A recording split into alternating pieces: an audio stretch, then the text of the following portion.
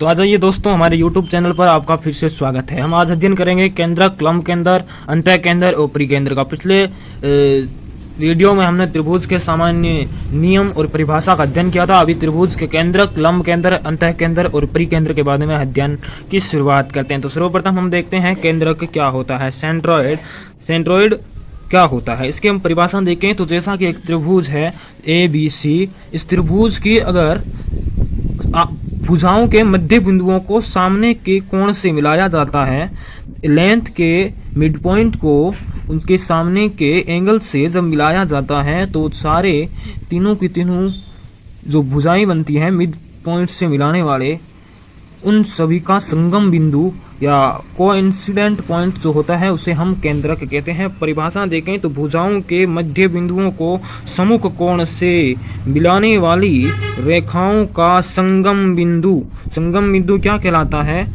केंद्रक। क्या कहलाता है? केंद्रक।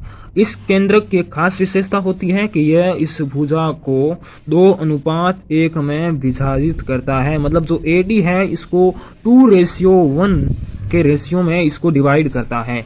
अब इसके अगर भुजाओं के निर्देशांक हम इस तरह से लें कि ये x1 y1, ये x2 y2, ये x3 y3 है, तो इसके जो केंद्रक होंगे, इसके जो निर्देशांक वो आएंगे वो इसी तरह से आएंगे। कुछ x1 plus x2 plus x3 upon 3, y1 plus y2 plus y3 upon 3, ये इसके केंद्रक के निर्देशांक होंगे। अब हम अगर बात करें, आपको समझ में आया तो हम एक बार दोबारा समझाते हैं कि केंद्रक क्या होता है। केंद्रक की परिभाषा होती है कि त्रिभुज की भुजाओं के मध्य बिंदुओं को, यह है मध्य बिंदु, मतलब ये इसके बराबर होगा, ये इसके बराबर होगी और ये इसके बराबर होगी। मतलब ये त्रिभुज के मध्य बिंदु जो है, ये मध्य बिंदु, इन मध्य बिंदुओं को सम्मुख भुजाओं से मिलाने वाली रेखाओं का जो ये संगम पॉइंट होगा उसे केंद्रक कहेंगे। यह इन्हीं रेखाओं को 2:1 में डिवाइड करेगा।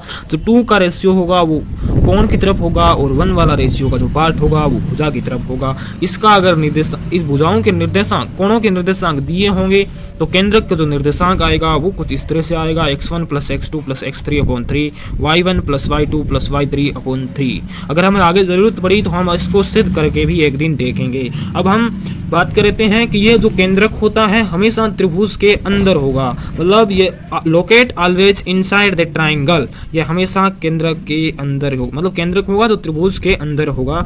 अब हम बात करते हैं ये त्रिभुज, इस त्रिभुज के जो मध्य बिंदु हैं D, E और F, अगर इनसे एक त्रिभुज बनाया जाए और उसका भी केंद्रक फाइंड किया जाए तो वो केंद्रक इस कि त्रिभुज ABC का जो केंद्रक G था वो उसका कोइंसिडेंट होगा। मतलब वो उसका केंद्रक और इसका केंद्र सेम होगा, दोनों का केंद्रक सेम होगा। उसके निर्देशांक भी क्या होंगे? x1 plus x2 plus x3 upon 3, y1 plus y2 plus y3 upon 3। हम आगे के चैप्टरों में हम इसको सिद्ध करके आपको बताएंगे।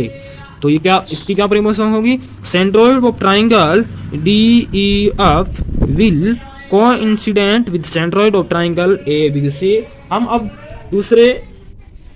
इसकी दूसरी प्रॉपर्टी होगी त्रिभुज की लंब केंद्र। हम लंब केंद्र मतलब ऑर्थो सेंटर को इंग्लिश में कहते हैं, उसका अध्ययन करेंगे।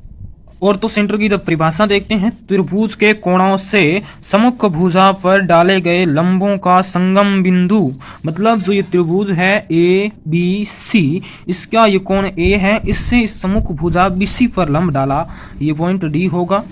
इस B से इस भुजा पर लंब डाला, इस पॉइंट को हम E नाम देते हैं, और C से इस पर लंब डाला तो इसको हम F नाम देते हैं। तो इन तीनों लंब है, इनका जो संगम बिंदु होगा, इन संगम बिंदु को हम ऑर्थो सेंटर या लंब केंद्र कहते हैं। अब जो ये लंब केंद्र है इसके कुछ गुण हम अध्ययन कर लेते हैं। जो न्यूनकोण त्रिभुज होगा उस न्यूनकोण त्रिभुज के हमेशा ये अंदर होगा, हमेशा क्या होगा? Inside the triangle, inside the triangle. और जो अधिक कोण त्रिभुज होगा, जो एक्यूट, ये क्या है? एक्यूट एंगल, ये एक्यूट एंगल ट्राइंगल है। अधिक कोण त्रिभुज मतलब बात करते हैं हम अधिक कोण त्रिभुज की, तो उसको इंग्लिश में क्या बोलते हैं? Obtuse angle. मतलब ऑब्ट्यूज एंगल क्या बोलते हैं इसको? ऑब्ट्यूज एंगल ट्राइंगल बोलते हैं उसको, ऑब्ट्यूज एंगल ट्राइंगल।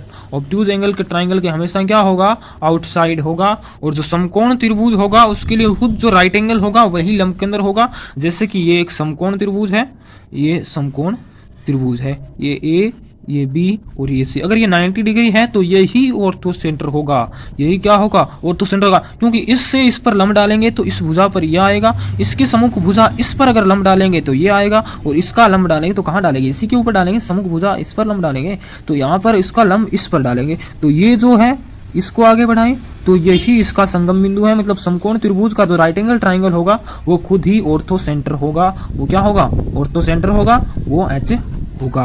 अब हम त्रिभुज के दोनों परिकेंद्र और अंतः केंद्र का अध्ययन अगले वीडियो में करेंगे। तब तक के लिए धन्यवाद, थैंक यू वेरी मच।